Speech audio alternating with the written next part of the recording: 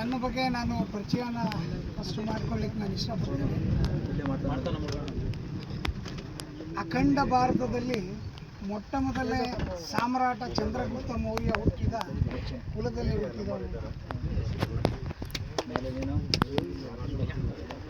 ಇಡೀ ಕರ್ನಾಟಕ ಸುವರ್ಣಾಕ್ಷರಗಳಲ್ಲಿ ಬರೆದಿರಬಹುದಾದಂತಹ ಸಾಮ್ರಾಜ್ಯ ಅಕ್ಕಬುಕ್ಕರ ವಿಜಯನಗರದ ವಂಶಸ್ಥನ.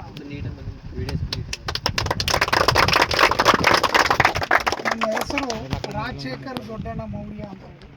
ಲಾಸ್ಟ್ ಟೈಮು ಇದೇ ಕ್ಷೇತ್ರದಲ್ಲಿ ನಾನು ಆಮ್ ಆದ್ಮಿ ಪಾರ್ಟಿಯಿಂದ ಕ್ಯಾಂಡಿಡೇಟ್ ಆಗಿದ್ದೆ.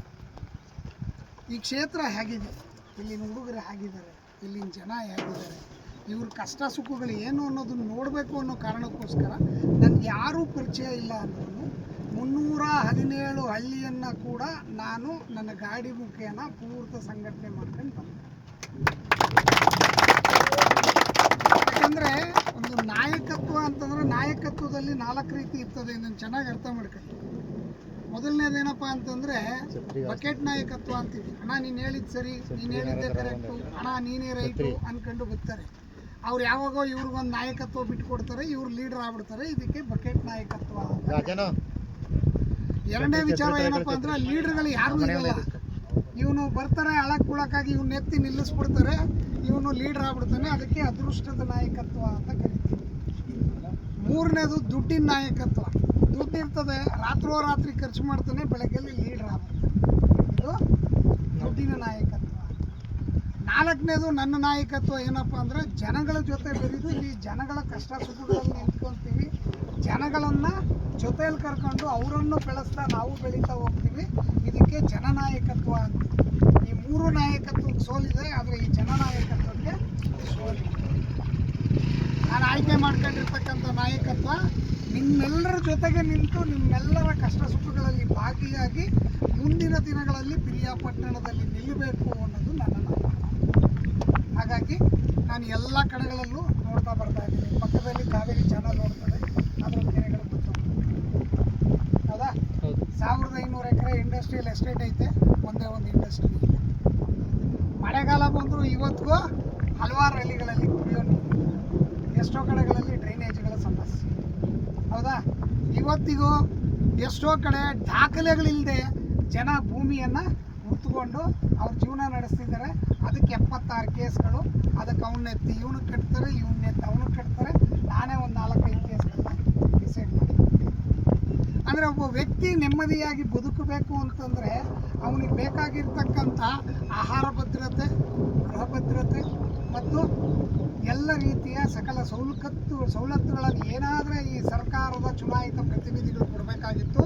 ಅದರಿಂದ ನಿಮ್ಮನ್ನೆಲ್ಲರನ್ನು ವಂಚಿಸಿ ಇವತ್ತು ನೀವು ಕಿತ್ತಾಡ್ಕೊಂಡು ಮಾಡ್ಕೊಂಡು ಒದ್ದಾಡ್ತಿದ್ರೆ ಅವ್ರೇನು ಮಾಡ್ತಿದ್ದಾರೆ, ಅಧಿಕಾರದಲ್ಲಿ ಕೂತು ಏನು ಬರ್ತದೆ ಗುಳುಮ್ ಸಹ ಮಾಡ್ಕೊಂಡು ಬಿಸ್ಕೆಟ್ ಹಾಕ್ದಂಗೆ ನಿಮ್ಗೆ ಎರಚ್ಕೊಂಡು ಇವತ್ತು ಜೀವನ ನಡೆಸ್ತಿದ್ದಾರೆ. ಇದು ಬದಲಾವಣೆ ಆಗಬೇಕು. ಆಗಬೇಕಾ ಇಲ್ವಾ? ಆಗಬೇಕು. ಈ ಬದಲಾವಣೆ ಆಗಬೇಕು ಅಂತಂದರೆ ರಾಜಶೇಖರ್ ದೊಡ್ಡಣ್ಣನ MLA ಮಾಡಿಬಿಟ್ರೆ ಬದಲಾವಣೆ ಆಯ್ತದ? ಖಂಡಿತವಾಗಿಯೂ ಸಾಧ್ಯ ಇಲ್ಲ. ಹಂಗೇನ ಬದಲಾವಣೆ ಆಗಂಗಿದ್ದಿದ್ರೆ ಸಿದ್ದರಾಮಯ್ಯ CM ಆಯ್ತಿದ್ದಂಗೆ ನಾನು ಬೆಂಚ್ ಕಾರಲ್ಲಿ ಓಡಾಡ್ಬೇಕಾಯ್ತು. ಅದೇನಪ್ಪ, ಆ ಸಮಾಜದವರೆಲ್ಲ ಬೆಂಚ್ ಕಾರಲ್ಲಿ ಓಡಾಡ್ಬೇಕಾಯ್ತು. ಈಗ DK ಶಿವಕುಮಾರ್ CM ಆಗ್ತಿದ್ದಂಗೆ ಒಕ್ಕಲಿಗ ಸಮುದಾಯದವರೆಲ್ಲ ಬೆಂಚ್ ಕಾರಲ್ಲಿ ಓಡಾಡ್ಬೇಕು. ಆಗ್ತದ ಅದು?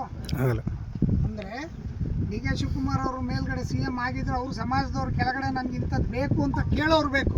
ಅಂದರೆ ತಳಹಂತದ ನಾಯಕತ್ವ ಬೇಕು. ಆ ನಾಯಕತ್ವಕ್ಕೆ ಯಾವತ್ತು ಯುವಕರು ಎಂಟ್ರಿ ಆಗ್ತಾರೆ ಅವತ್ತು ಸಮಾಜ ಬದಲಾವಣೆ ಆಗ್ತದೆ. ಪ್ರತಿಯೊಬ್ಬರಲ್ಲೂ ಕೇಳ್ಕೊಳ್ಳೋದು, ನೀವು ಯುವಕರು ಏನಿದ್ದೀರಿ, ಇವತ್ತಿನ ರಾಜಕೀಯ ಭ್ರಷ್ಟ ವ್ಯವಸ್ಥೆಗೆ ಕಾರಣರು ಯಾರು ಗೊತ್ತಾ?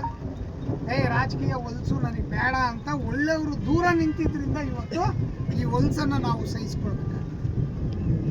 ಪ್ರತಿಯೊಬ್ಬ ಯುವಕರು ಇದು ನನ್ನ ದೇಶ, ಇದು ನನ್ನ ರಾಜ್ಯ, ಇದು ನನ್ನೂರು, ನನಗೂ ಇದರಲ್ಲಿ ಹಕ್ಕಿದೆ ಅಂತೇಳಿ ರಾಜಕೀಯವಾಗಿ ಎಂಟ್ರಿ ಆಗಿದ್ದಿದ್ರೆ ಇವತ್ತು ಈ ಪರಿಸ್ಥಿತಿಯನ್ನು ನಮಗೆ ನೋಡಲಿಕ್ಕೆ ಬರ್ತಿರಲಿಲ್ಲ. ಹಾಗಾಗಿ ಬರೀ ನನ್ನನ್ನು ಲೀಡ್ರ್ ಮಾಡೋದಲ್ಲ, ನನ್ನ ಜೊತೆ 10 ಯುವಕರು ಸೇರ್ಕೊಂಡು ನೀವುಗಳ ಲೀಡ್ರ್ ಆಗೋದ್ರ ಮುಖೇನ ಈ ಪಿರಿಯಾಪಟ್ಟಣದ ಬದಲಾವಣೆಗೆ ಕೈ ಜೋಡಿಸ್ತೀನಿ ಅನ್ನೋ ನಂಬಿಕೆಯೊಂದಿಗೆ ನಾನು ಮಾತು ಮುಗಿಸ್ತೀನಿ.